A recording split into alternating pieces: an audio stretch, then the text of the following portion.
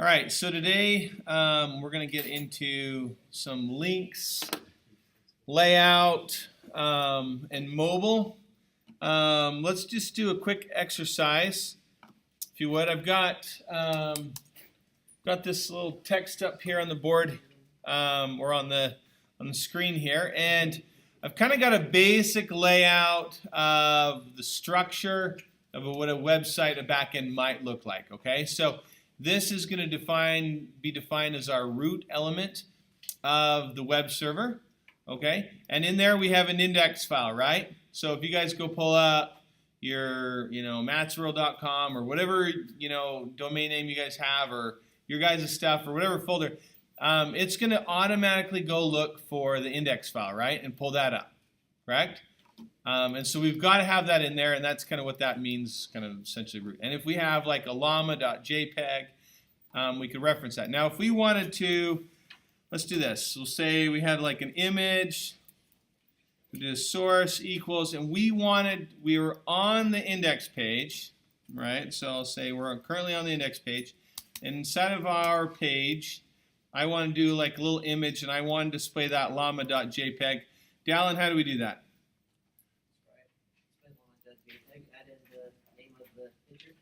Okay, just like that. And would that show the llama on our page? Don't you also need an alt? We do need an alt, and that's good, but that would still work without. So we could just do a llama alt tag, and that would work, right? Everybody get that? Okay, let's do this. We have, let's say we wanted to link up our style sheet. So we do a link tag, and we do hyperlink reference, and we want to link out to that style sheet. Kate, how do we do that? Yep, so I'm here inside of our index file right here, okay? And I want to link into that style sheet right there. So what text do I put in here in order to do that? So style.css, like that. Is that going to work, guys? You're saying no, Spence? Or you're saying yes? What's that? It won't? How come? The type of file it is? Okay, so we'll do stat type style sheet. Okay, is that still going to work? Okay, we can do that other stuff, but is that still going to work? Okay, I'm not going to type that all in, but we're focusing on this right here. You're kind of going a little advanced. Is that going to work? If I have the rest of that stuff in there, is that going to work right there? That right there? Yeah. No. Why? It needs to be closed. Okay. Okay, let's say if the rest of it, it's all there and it's closed. Is that going to work? Yeah, it should. Anybody agree or disagree? Who agrees with them? Raise your hand. Come on, just do it. Kate, you at least you said it. Raise your hand if you think that's going to work. Who thinks it's not going to work? All right, how come? We got the lone wolf here. You need to put the directory. The directory. This will not work here, guys. You guys understand that? We are inside of our index.html file, and we need to reference out that file inside of our directory. Our directory is our CSS directory. In this case, we're just going to do a CSS / style.css. Does that make sense to you, Kate? Okay, we are inside of our index file, and we are going to link over to the CSS directory, which inside of it has the style.css. Now, if I took that out, then this file would have to be on the same level right here. Does that make sense to you now? But because it was inside of a different folder, it's not going to work. So if I take our Web 1400 directory, okay, and I go in here and I make a new file and I call it CSS, and you can see that that is a child of our Web 1400, and I take our style sheet, and I thought that would let me move it. Maybe it doesn't.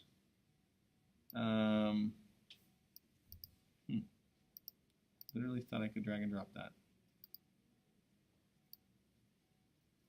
Well, it's not. I don't know why it's not.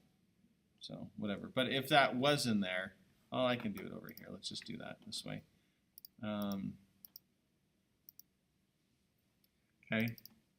got 1400. I'm going to take my style sheet. I'm going to put it in my CSS, and I go pull up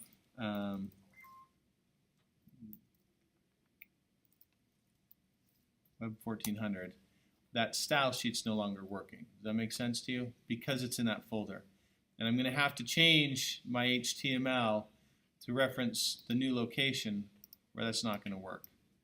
Okay, so it's a good little exercise on folder structure when we're moving everything around here. Okay, let's take it up a notch. So in this case, we would do css/style.css, and that would reference that file. All right, let's go with Seth. We're going to pick on you, okay? Let's go from index.html into, and I want to show our logo.png right here. And we are in the index.html. So let's do like a image source equals, and then what? So we're going from index.html inside of our CSS folder, inside of our images folder, to logo.png. Any idea? Starting from the root. So kind of like what we did before. In the root folder, I assume. So we could, yep. So we could go to the images folder, type images, and then slash logo.png. Okay. Who thinks Seth's got it? Raise a hand. Ooh, do you guys have no confidence in Seth? Ren, you don't think so? What do you think it is? It's CSS/. CSS/. And the reasoning is we're starting here. We want to go into this folder, okay? And then we want to go into that folder, and then we can reference that logo.png. Spence, did that make sense to you? Yeah, I was gonna say they'd say it with that, but I didn't see if there was an images folder with the CSS. Yeah, you can see those folders right here with like little slashes, okay? All right, good. Let's say we wanted to go from the style sheet. Inside of our style sheet, we had a specific like background dash image URL, and we wanted to, so I'm going to take this arrow off of here. Okay, we're starting here now, and I want to reference out that background .jpg for our style sheet. Okay, Jesus, what do you think? What do I want to put in here? Okay, I'm adding that background.jpg, and I'm starting in this location right here. What do I type? Okay, so images like that.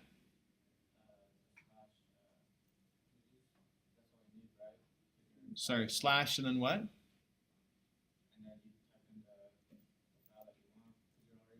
You do that JPEG like that? Is that going to work? Michaela, what do you think? You think so? It will. Okay, he's right. Okay, do you guys get that idea of like kind of going into folders and referencing a file inside of each? All right, we're going to screw with you guys right now, okay? Let's go from style.css, and instead of going up a directory, we're going to go back a directory, or down a directory, to the llama.jpg, okay? And I want to reference out that llama file somewhere in here inside of this background image, right? Who thinks they know what it is? Jared? Smart Jared, what do you think it is? You're going from the CSS up to the llama. We are going from this file right here to that file right there. The // Okay, that's the notation to go back a directory. Okay, it's a // and he's right. So we do a // then what? the name of the file. Llama.jpg. Does that make sense to you guys right there? So we're able to reference out in that style sheet that llama file using the // and that's the notation that you guys need to know to go back directory. That's used a lot. Understand that, okay? You may or may not have some very specific structure laid out in your final exam, and I'm going to say you need to go from here to there, and you need to know the // in order to make that happen. Okay? All right, let's do another one here. We're going to do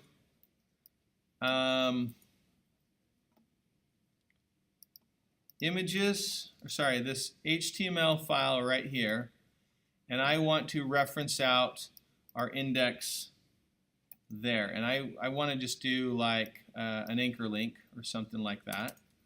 So we'll do an anchor link, href equals, and I'm going from this file to that file.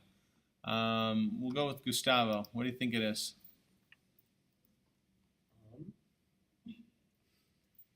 I don't know if you guys notice. Just monitor, look on the monitor. I'm just going to pick for you. And that's just how it works. I'm sorry, which file? Just the last one? Yeah, we want to go from this file to this file. Okay, so you do about, and then staff, and then HR, and then index. Okay, who's with Gustavo on this? Wait, which file are you on? He wants to start here, and we want to end there. Oh, Anybody feeling it? Gustavo, you still feeling it? Because you're wrong. Okay, so // Gustavo, again, like we just talked about, it's going to go kind of back a directory, okay? So if we are in this index.html, we do // where are we at? We're not in about, we're in staff, okay? So then what do we need to do? Okay, another one, // where are we at now? Okay, we're in about, then what? // All right, trick question. Does that work right there? Who thinks that that is a valid and acceptable answer? Does anybody? I will tell you right now it is. That works. Can anybody tell me why? Think about it for a second. You guys have the knowledge right now on why this is. I'm just seeing if you guys can make that connection. Yeah. It's because you're still in a valid directory. Kind of. Spence? I guess because you have one starting position, and you go up however many times Uh-huh. without any declaring whatever it is, and it just goes up, assuming that it's going up one, until Okay. it reaches the end. Okay, it is at that point right there, it is back in the root. But why does that work? Because Let me give you a hint here. Let's say I was going from index, well, let's say I was going from like an about.html to index.html, okay? And my anchor link, I could do an href equals index.html, right? But if I don't, well, actually, let's do it this way. Let's go, let's say instead of my CSS, I had an index.html. I could do like a CSS, thing like that, okay? And what that's going to do is that's going to go up a directory, and anytime go ahead. I know you're going to finish what I'm going to say. Oh, actually, I had a question for after. Okay. Well, never mind then. I'm going to finish saying it then. That is the default file. If you guys don't type out an index.html in your domain name, it automatically populates that, right? So if I say CSS/, it's going to automatically look for that index file, and it's going to automatically load that. And so in the case of our example up above here of going from this index right here to that file, it is automatically populating our index.html. It doesn't need to, you don't have to specify that because it is the default landing file, and it will just automatically pull that up. Does it make sense to you guys? That's what you meant? No, because I thought you meant like the forward slashes and everything. Like, you could have said that that's the default. Mm-hmm. So this file, that will work, and that will also work as an answer. Yes? Can you also just do like a slash at the beginning and when that just jump you up to the home? Yes, but it depends on your server. Sometimes on your server that might be like your home directory of all your users or the base of the server, and so sometimes that can get you in trouble depending on your server setup and how they've got the back end of it. So you have to be careful with that sometimes. Yeah. So it's kind of like saying CD root, Mm-hmm. Yeah. but you can't do CD. Yeah, you can't do CD. That's more like Linux. Yeah. Should there be more slashes if we're going all the way back to the index? So if we're here and we do one // that will get us to here. And if we do another one, the second, that will get us to here. We do a third, that takes us out of the about directory back to the root and then goes to here. So it's right. All right, now let's final test, all right? Let's go with Miley. You up for this one? This is to see how good you really are. Let's say we've got an index.html here. Yeah, that's fine. We're going to start there, and we're going to reference out judy.jpg. Okay? You're up.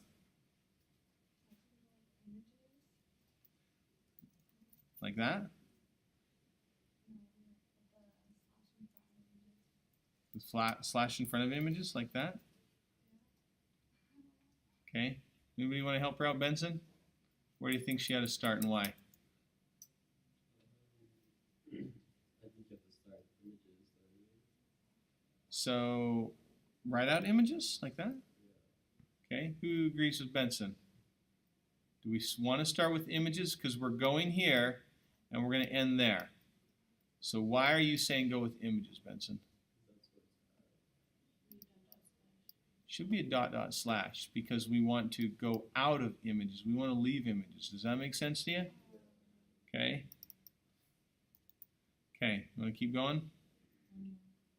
Miley? What do you think? Okay, so we were here. We put a .. We're now in the CSS directory. Then we want to what? Do another ..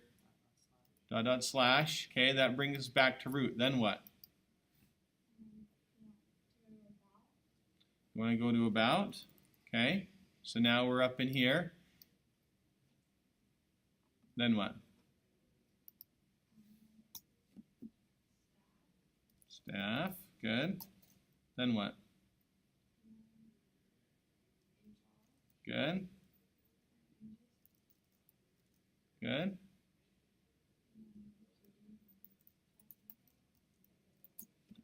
Does that look right to everybody? Okay, now this is an extreme example of moving around our structure, but for those of you who have taken like the IT 1100 class and kind of understand the CD .. and stuff like that, you kind of understand it going down and up and in and out of directories. This is how we would do it on a web server right here, okay? And specifically going from different files, and you can use that inside of links, you can use that inside of your images, background images, anchor links, just like you've seen that, and that will help us navigate around our page from spot to spot, all right? Any other questions on that? You need to understand that for the final. I will give you specific directories and structure, and if you do not understand how to navigate around this, you will lose a lot of points. Okay? It is on the final. I guarantee that you have to know this. All right, let's get out of that. Let's move on. Let's go back to Llama World. We have good old Llama World here, and I'm going to show you first what's called a fragmented link identifier. And what that is on different times, maybe on the page, we want to reference out specific sections of the page. For example, on our footer here, let's add an ID, and we're just going to call it bottom or something like that, okay? And up on our menu, I'm going to put a new link on here, and I'm just going to call this one bottom, and oops, I have another contact there too. Let's get rid of that.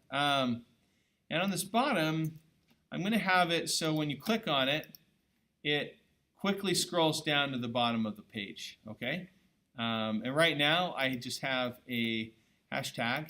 And what we can do is with this hashtag, you guys are all familiar with IDs, and we use like a hashtag something inside of our CSS to reference out those specific IDs. Well, you can do that inside of links. We can do a hashtag bottom. And because we have that ID bottom down here, it will essentially link the two of those up. So I can click on bottom now, and you see how it immediately went down to the bottom of the page whenever I clicked on that. And you guys can do that with relative links, meaning we say we want to link out to index.html and then go to the bottom. And we can also do that to other pages. Let's go out to look up llamas on Wikipedia.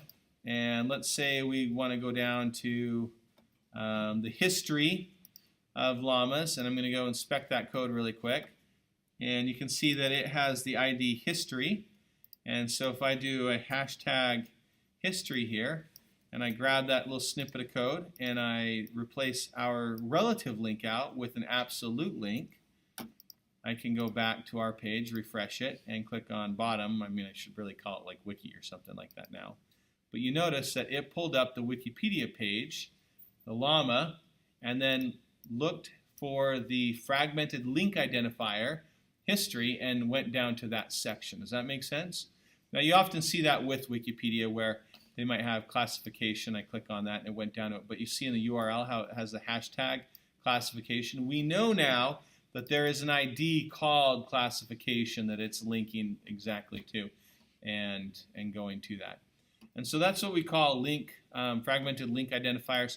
Often what you find is down at the bottom of the page you might have like a back to top. You guys have probably seen those, and they'll link right back up to the top, and they're probably referencing out some kind of ID. Like we could reference out ID container, and that would immediately jump back to that section and go there. And so just kind of handy in order to kind of link around a page and move around a page at one time. You guys have any questions on that, on the fragmented link identifiers? Okay. Let's go back to Llama World. The next thing, I don't know how I feel about these. It's a figure tag. It's kind of a newer tag that came out with HTML5. Essentially, you know, you wrap an image with this figure tag. Okay, so you have image here, and you can see where I've got figure wrapped on around either side.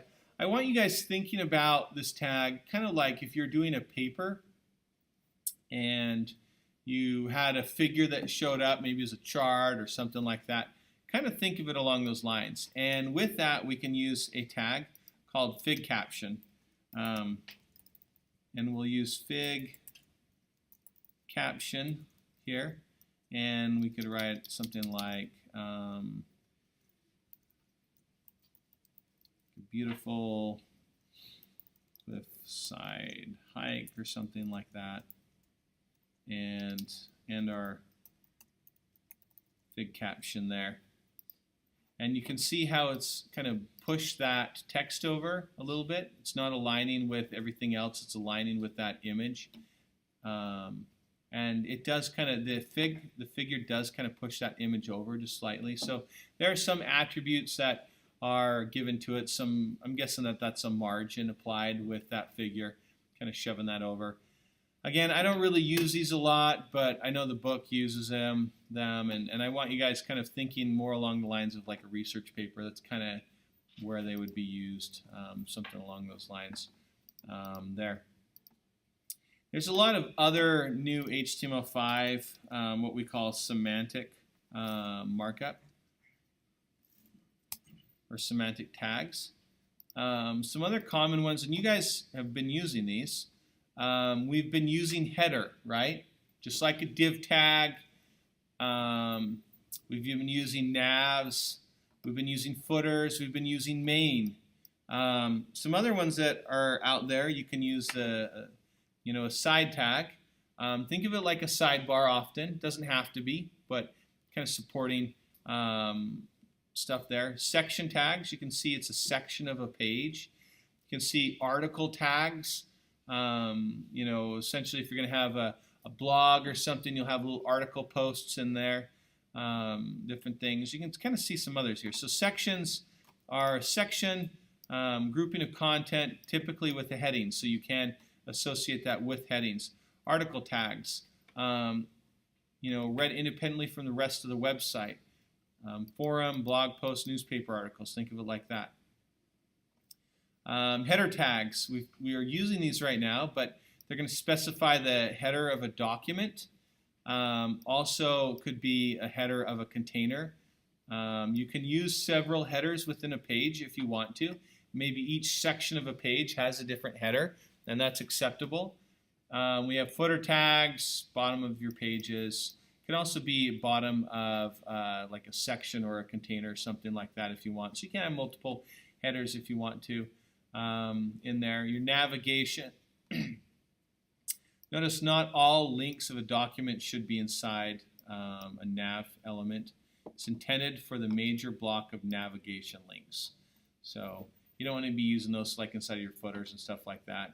Sidebar defines content aside from the content it's placed in. Often you find sidebars used that way. We talked about figure and fig caption. Again, it's using that semantic markup. You guys know what semantic means? Think of metadata, you know, data describing data.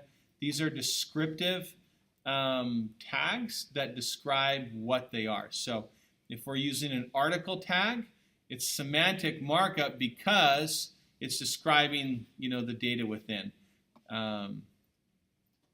So those are them. There's some others. You can use time. Summary is another kind of fun one. Time, you're going to just basically use a time tag. You guys ever pulled up an article, you know, maybe we look up something like iPhone 7 or something, and we see that this was published 3 hours ago or 4 hours ago or on a certain date. Search engines will look for these timestamps and to see when certain content was published. So they're really handy to have. Anyways, those are some new ones that you guys can start using. The only problem is these are HTML5 compliant only. And so if you guys are using a lot of these tags, browsers may not know how to use them. So if you guys remember, a div tag essentially is just a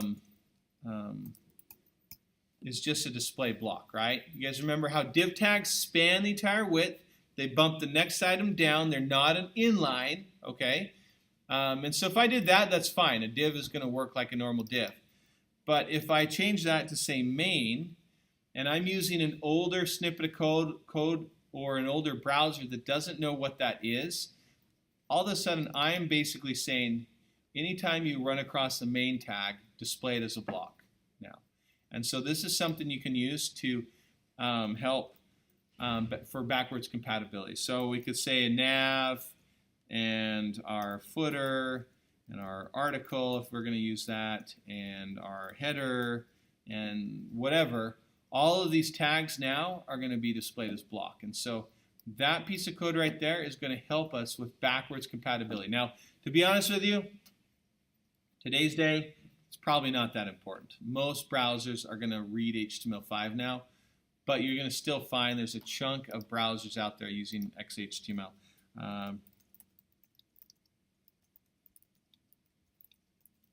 I don't know, let's go look really quick. So Quora here is saying determine what browsers. I want percentages here, guys.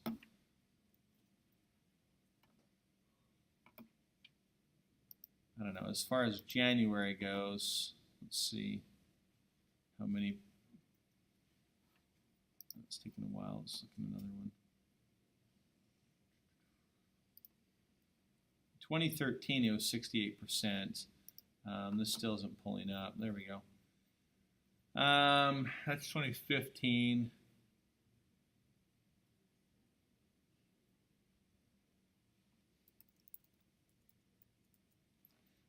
It's probably upwards of like 85% or more, I would say, but that's still 15% or 10% maybe of your traffic that might not support HTML5.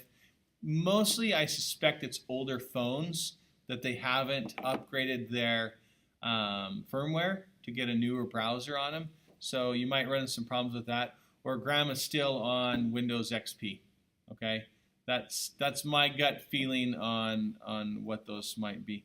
There, I don't know why that froze up on me. Okay. There's another little snippet of code you guys can go look for. Look for HTML5 shim or shiv sometimes are out there. You can grab this little snippet of code right here and put that into your head tags like so. And what that's going to go do is it's going to go grab a little script that will help your browser deal with new HTML5 tags, video tags, and different things, and help them kind of get along. This is what we call a CDN. It's somebody set up a server for us to go grab this HTML5 shiv, and that's the latest version of it there, JavaScript, to basically help with backwards compatibility. But they're pretty handy to do. All right. All right. Let's move on. I'm going to take this piece of code right here that's referencing out our style sheet. Okay. And I'm going to change this to say that anytime we run across a printer, so I'm going to change the media type to be a print type. I'm going to have it pull our print.css file. Okay? Does that make sense to anybody? Anytime we're printing now, it is now going to pull from that page. So let's go ahead and let's take all of our CSS here. And I'm going to save both. And I'm going to create a new file. Delete that CSS directory. All right, won't let me. That's awesome. I'm going to make a new file. I'm going to call it print.css. I'm going to paste that there. And I'm going to change a couple things in it. What I want to do is when I pull that up, I don't want the width of the container to be 960 pixels anymore. I'm going to say it's 100%. I'm going to take off the rounded corners. I'm going to take out the background color is probably fine. I can still center it. I'm going to take off my box shadow. Our header, I'm just going to take it and do a display. None. Turn that off. Our footer, I'm also going to do a display none. Our navigation, I'm going to turn it off as well. And all that other navigation stuff I probably don't need. Let's look at that right now and just take a quick look and see what it looks like. So I'm going to refresh that. It pulled up screen version. Okay, so when it pulled up screen version, it pulled our style sheet, and that worked. But when I go to print, you can see some elements are missing. Our navigation's gone. We did make it 100% across the screen. We took off that background thing there, and it's starting to pull from that print.css. And we can go a step further. So we can go into our hero image, and we can do that as a display none. Let's just pick out our article. We want our paragraphs to still be there.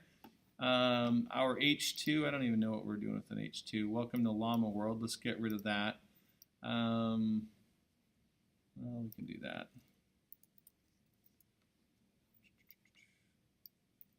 So, actually, our H2s I want to keep. Our hero H2 I want to dump. We'll turn that off. We'll keep our columns the same for right now. That looks okay. Let's go back and cancel it. Do the print. And you can, well, that's not working. Maybe I didn't save that. Our hero should be turning off. Display none. Paragraph should be coming up.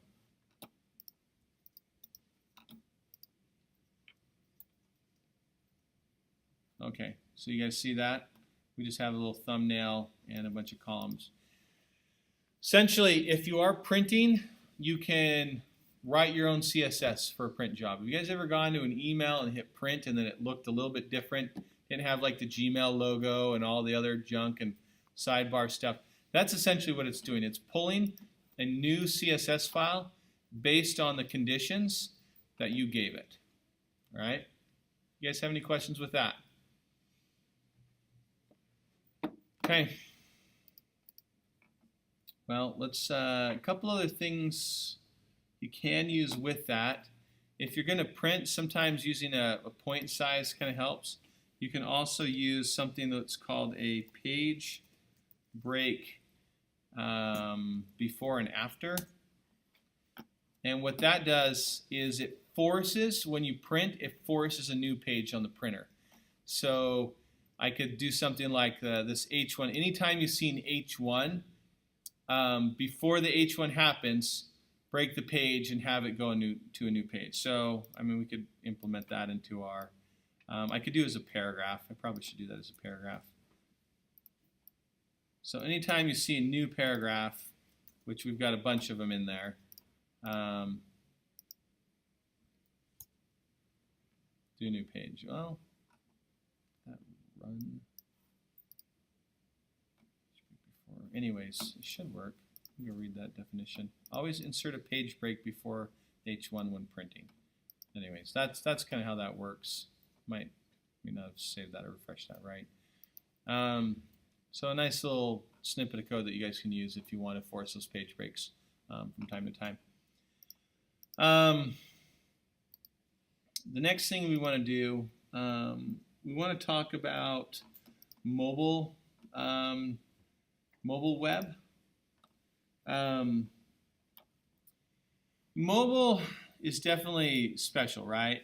When we pull up a site like this, if you were to pull this up on the phone right now, on your phone, it would probably be pretty small, and we'd have to pinch and squeeze to view it or double tap on the text in order to kind of view that text and read that text at different times.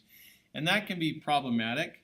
And we want to take that out so it's easier for people to kind of view our page. We don't want to design for mobile only, right? For desktop only. I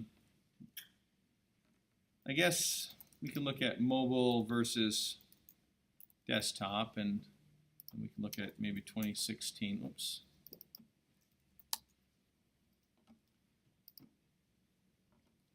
And you guys can see that pretty much across the board in 2016, we've bypassed desktop traffic, right?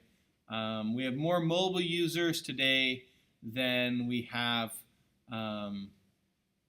desktop users. And I guess the point I'm trying to make here is we designed this for a desktop view here, but there's going to be, if this is a real website, there would be a lot more mobile users who are going to pull it up. And so does this look and feel really work for mobile right here, guys? It really doesn't. I mean, what are some things that you typically find in mobile design? Like, what are some design elements that you guys find with that? Gustavo, how about you? We'll pick on you. There's like cards, like different cards of information. Okay. All right. I kind of know what you're talking about. You can kind of swipe them around or whatever. Okay. What other elements do you guys see? Miley, what kind of navigation? Do you normally see horizontal navigation like that on mobile? No? What do you see?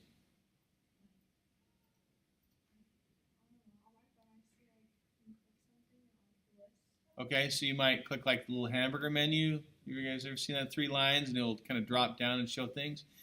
Our navigation elements, are they typically horizontal or vertical? More vertical, right? Do you normally have sidebars on the side of your pages? What do you guys think? Lena, you'd say no? Okay, so we want to be able to pull a specific CSS file based on some conditions if we're mobile or not. Does that make sense to you guys? we want to be able to load some new CSS if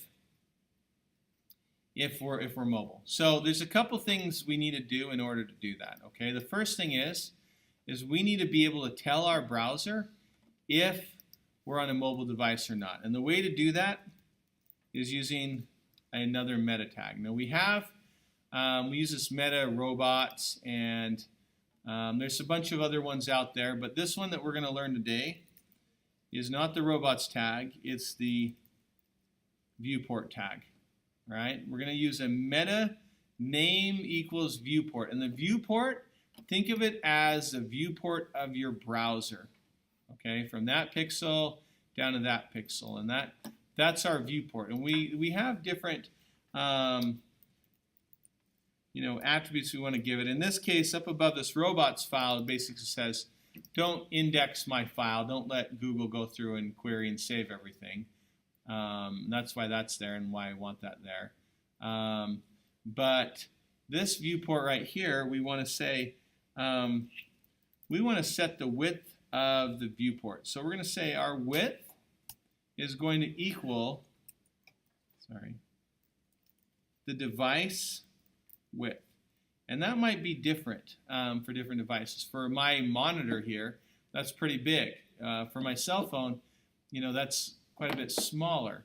And so the width of, I just put that into the wrong one there, didn't I?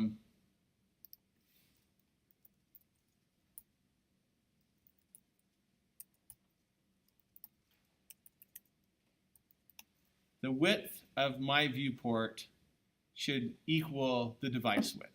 Okay, that's what that is. Next, have you guys ever pulled up a page? I'm going to do a comma in quotations here, and this is going to be another one. And I'm going to just do an initial dash scale, and that's going to equal 1.0. And what that is you're setting the scale of how the user will view the page. Now, we talked a second ago, if we pull up this page, not be mobile friendly, it'll be really small. And we're going to have to zoom in, right? If we set the initial scale to 1.0 or 1, essentially, what that's going to do is it's going to set the scale to 100%, meaning that the text is going to be able to be read at the optimal size that the browser is set. Meaning that for your browser, that might mean 10 pixels tall or something. For another browser, that might be much larger if the pixel density is much more compact. Okay, you remember talking about the different fonts, and we had 100%, and we had 1M and 1rem, and we had some of these that are based off of what the browser deems as the appropriate size. That's kind of what we're doing with our zooming right now. We're saying zoom into the page to be the optimal size. So what that would mean is that my browser would probably zoom in, and it would probably be about that wide right there, for a mobile device. It'd probably be about that wide. I don't know if it'd be able to get all the bottom on because this is just too wide. Does that make sense? So if I literally could take a rectangle on my screen and draw where it would put it, it would probably put it there because it would zoom in to the optimal reading size, and that zoom in would probably be around that area right there. And the rest of my page would look stupid, but just like you pull up your phone and you want to read something, you zoom in and everything else is hiding, that's essentially what we've done right there. Okay? We're using this scale, and you could change that if you want to, but you want to say, set my optimal reading level at 100%. Okay, you want to make it look nice, and so you put that piece of code in right there, and that's going to set my viewport to the specific width and the specific scale. And in this case, nothing's going to change right now because my width of my scale is 100% right now. My browser's already doing that, and things are fine. But there's another line of code that we're going to insert into this that is going to make things a little bit different. Okay? Let's take this screen here. Let's copy this. And I could call this one mobile.css. and I can say I want to pull this one up, and it's going to read my style sheet just fine. And on this, and so I guess before I get ahead of myself, do you guys remember cascading style sheets? Essentially, you override the element that came before. If I was to put up here in the top of my page, you know, background color for my body, and then a couple lines below, I do another one, but I change it to something else, it's going to read this one and not this one up above, right? Kind of have that overriding effect. And if you guys remember, well, if I was to go in and say the exact same thing, pull up our style sheet, but in my mobile.css, I'm going to override that background color again. It's going to pull this one and not that one because it was seen less. Okay, we have that again, that kind of cascading effect that happens with those. But I'm going to pull something, and I'm going to do something a little different. Inside of my media query, I'm going to say only screen because I don't want print, and I can do that with this one too. Okay, I can say only do this on the screen. Okay, and right now nothing would change. And I'm going to put some brackets here. Max width. Whoops, this is meant to be a dash. Our max width, maybe I push that down a line there. Our max width is going to be, let's go at, I don't know, 600 pixels or something. So anytime that our page is under the maximum width allowed of 600 pixels, pull this mobile.css. And I could go through and change the background color to something else. So what it's going to do, it's going to load this page, it's going to load our style sheet, and then it's going to go back through and it's going to say if I'm over the maximum width of 600 pixels, don't load it, but if I'm under the maximum width of 600 pixels, do load it. And that will happen. Now, that's one approach to loading a new CSS file. I don't like that approach. But I just kind of wanted to go through the logic with you guys before I showed you the approach that I like to take. The approach I like to take, we're going to go back to that we'll go back to screen, it's fine. And inside of my CSS, that's our print style sheet there. I'm going to get rid of that. And I'm going to have this. I'm going to have it first pull the normal style sheet. Okay? So everything is going to look just the same as you see it now. Okay? It's going to go through and process everything you're used to. Down here below, we'll do some comments. We're going to say our mobile queries. We're going to go right here. And I'm going to use something that's called a media query. And essentially I'm going to do an @ sign or @ sign, sorry, and say media. And then you'll see something familiar here. We're going to say only screen, and then we're going to say and max width is going to be 600 pixels. And then I'm going to put 2 curly braces here. And what that does is it says load all the CSS, and then when I get down here, if it meets the specified requirements, meaning I am less than the maximum width of 600 pixels, then do something. And in this case, we're going to say body. I'm going to put out my body tag, and I'm going to say background dash color is going to be red. Okay. Let's see if that works. So I went ahead and I saved that. I'm going to go back to my page. I'm going to refresh that.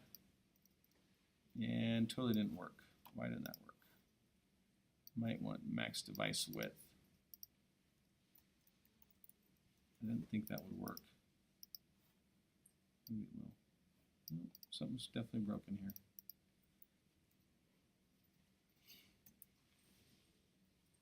What am I missing here, guys?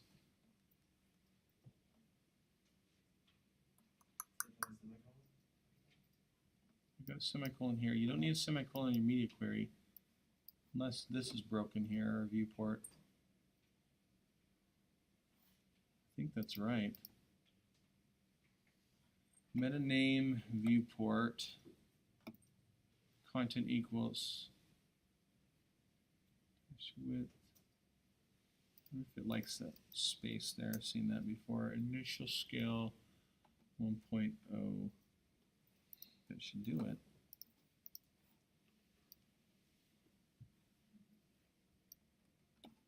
Let's go look it up.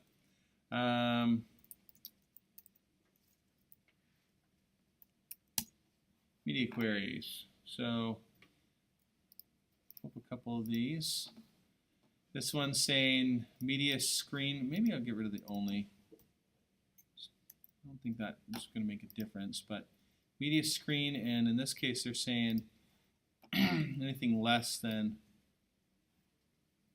see how I go small, so the minimum width is 480. Anything larger than that minimum width is going to go green. You can see that happening there. You can see how they did that inside of their style tags. This at media, they made it light blue, and then they said if it's larger than 480, then change it green. And that looks exactly like mine, unless my body, look at that background color there.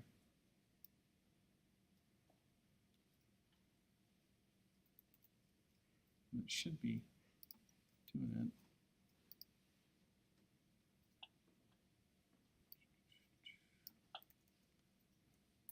Should be doing red, that's spelled right. My guess is that I've got something wrong with my viewport.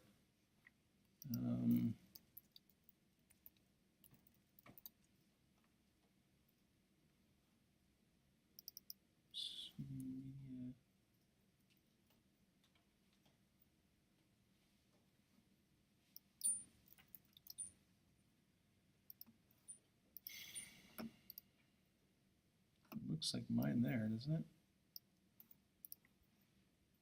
Those two elements are what you need. You really need, though. Let me just compare the two of them. Man, that looks identical. I don't know what. I don't know why that's not working.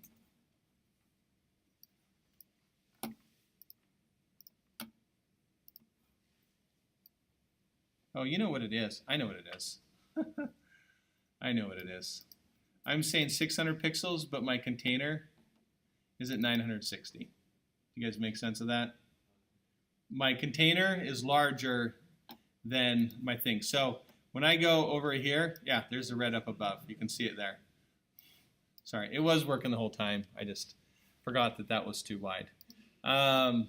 So what we can do is we can change the container, okay? Let's go down here.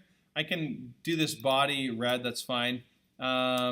I'm going to change my container here, and I'm going to say, when I go to 600 pixels, I want mine to be, well, let's go, when I hit 960 pixels, I want mine to maybe be 900 pixels wide. I'll take off the rest of that stuff.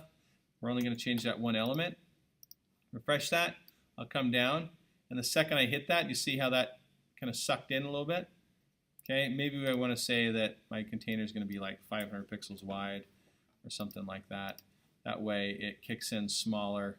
You guys see how that went smaller, more mobile friendly? Change that to red, and we can get rid of that because that's just ugly. And I'm gonna tab that over. We can do some more media queries in here. We could do something like when I'm at 1200 pixels wide, I want my container to be 1140. And then when I'm at 960, I want to be at 900. And when I'm at, I don't know, let's go down to 500, then I'm going to say my width is just going to be 100% across the screen. So larger, I get down to 960. You can see, no.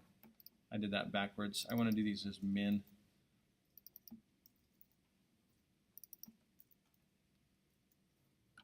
So if I'm larger than 1200, that it will be, no, I did that backwards again too. I think I had that right. I think I had it in the wrong order. I want to say if it's smaller than 1200, make it that. If it's smaller than that, make it that. Oh, you know what it is. Sorry. Media query ended there.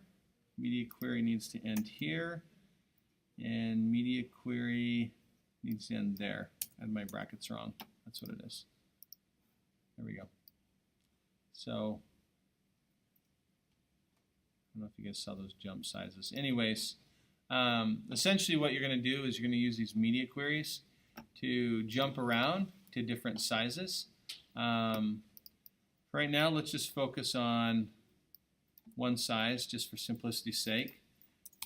And let's add some new elements in. So right now, if I hit 960, it just kind of goes a little smaller. Maybe let's make that 100% wide. And we'll make that like 660 pixels or something. So I go really tiny. Oh, you know, I want to go 960, sorry, because that's where my container is. So it's static through here. Second it hits here, it's dynamic, and you guys can see how that moves. We can do a few things to it. First off, maybe we want to have some images resized or some columns. We have these columns here, and we can float all of these. I'm going to say once I hit that 960, I'm going to make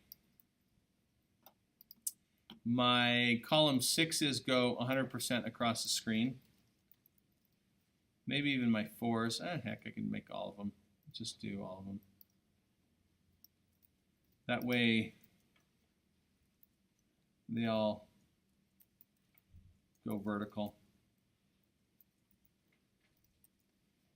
Like so.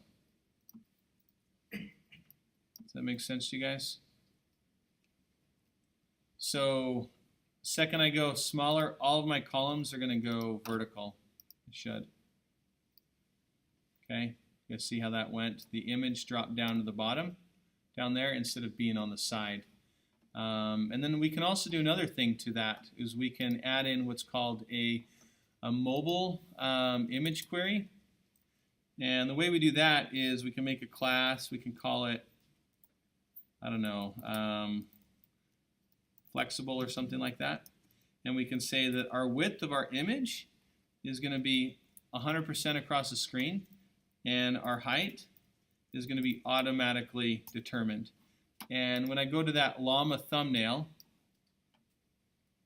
let's go find it, it's down here, I can add the class flexible. And you can see how that just kind of automatically populated. If I come out here, it automatically filled that space. So no matter how large or small it is, it's going to automatically resize itself. Now that's a thumbnail. It's going large, so it's got all the artifacts and the stretching, and it's ugly, and we wouldn't want to do that image. But you can kind of get the idea of where I'm going with how to go ahead and make that, you know, flexible or whatnot. We also may want to take our menu up here and make that into a vertical menu. You can see we've got an unordered list with these list items, and if we go into our navigation, you can see our navigation takes each list item and makes them an inline block element. What we can do is we can take that entire navigation there, and we're going to come down to our media query down here, and we'll paste that in. Now, one thing before I move ahead, see, a lot of students make the mistake of not ending the curly brace of their media query. You can see I call it that max width here. I give it a curly brace, and then I just do all the CSS that applies to it. But you've got to end that curly brace, and if you don't, it's not going to work. I'm going to paste all that navigation stuff back into this, and I'm just going to override. So I don't need the float left because it is being applied up above. Okay. This unordered list, I probably don't need that because it's just turning off the bullets and taking off the margins and padding to that list. The list item I do need to change. I need to change those. Specifically, into block elements.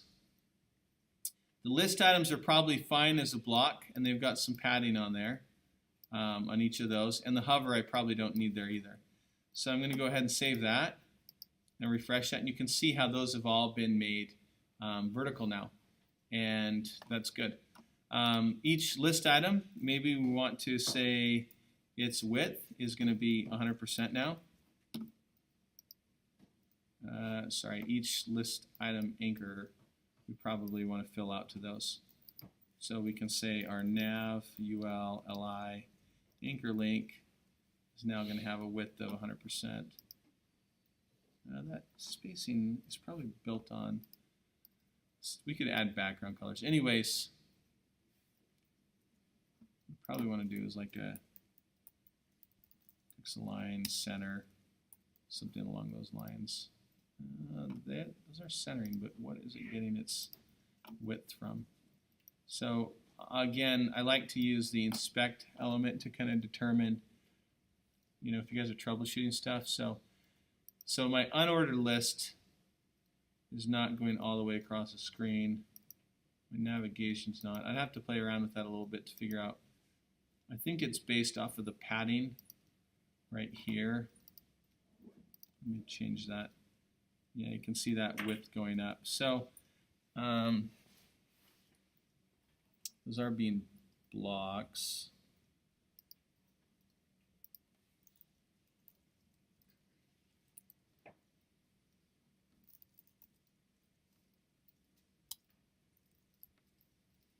You can kind of see that there when I increase the width or whatever. That's not taken in there.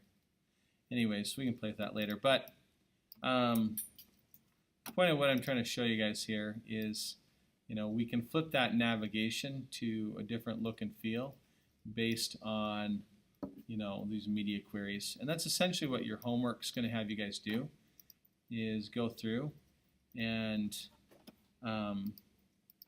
change that up to work to be media friendly. Now, before we do that, do you guys remember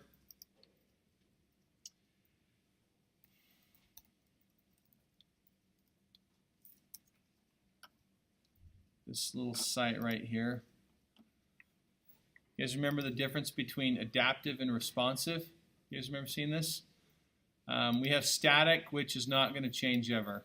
Okay, if you go smaller, whatever. We have liquid, which is based all on percentages. It's always going to resize, but it can get really ugly. Okay, each of your widths are percentage-wise.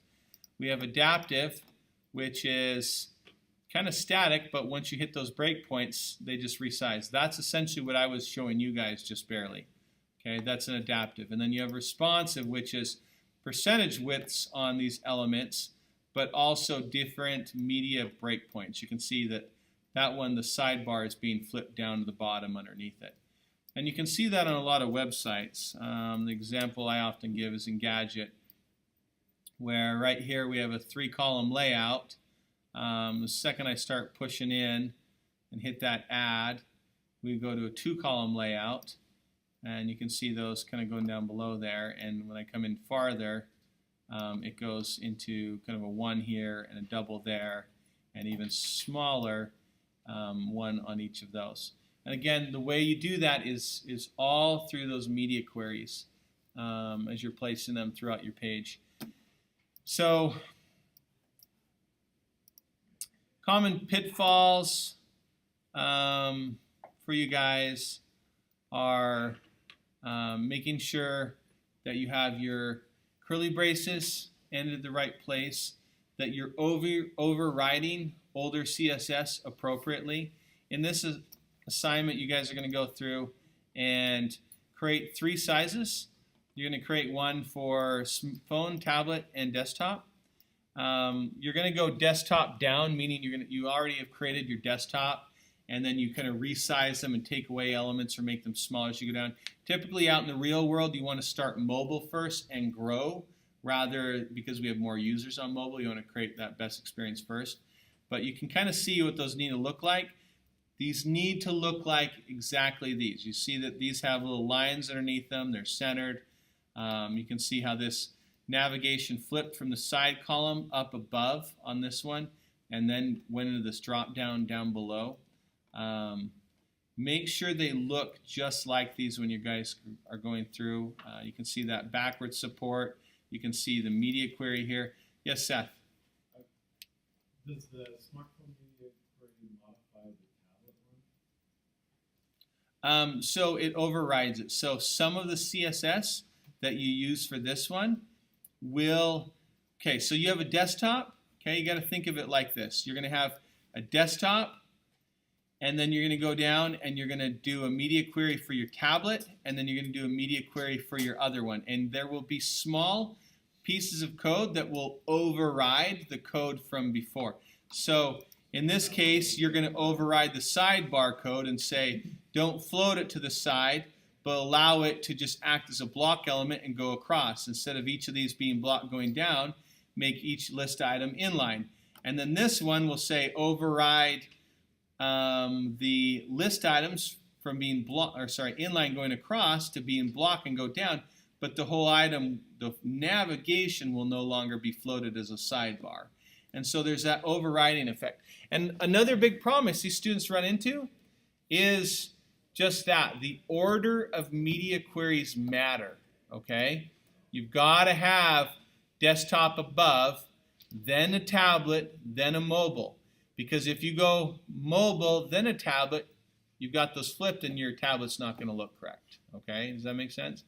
So make sure you get your order correct, you have your media queries correct, and go for that. Any other questions? Okay, so we'll stop the video right here.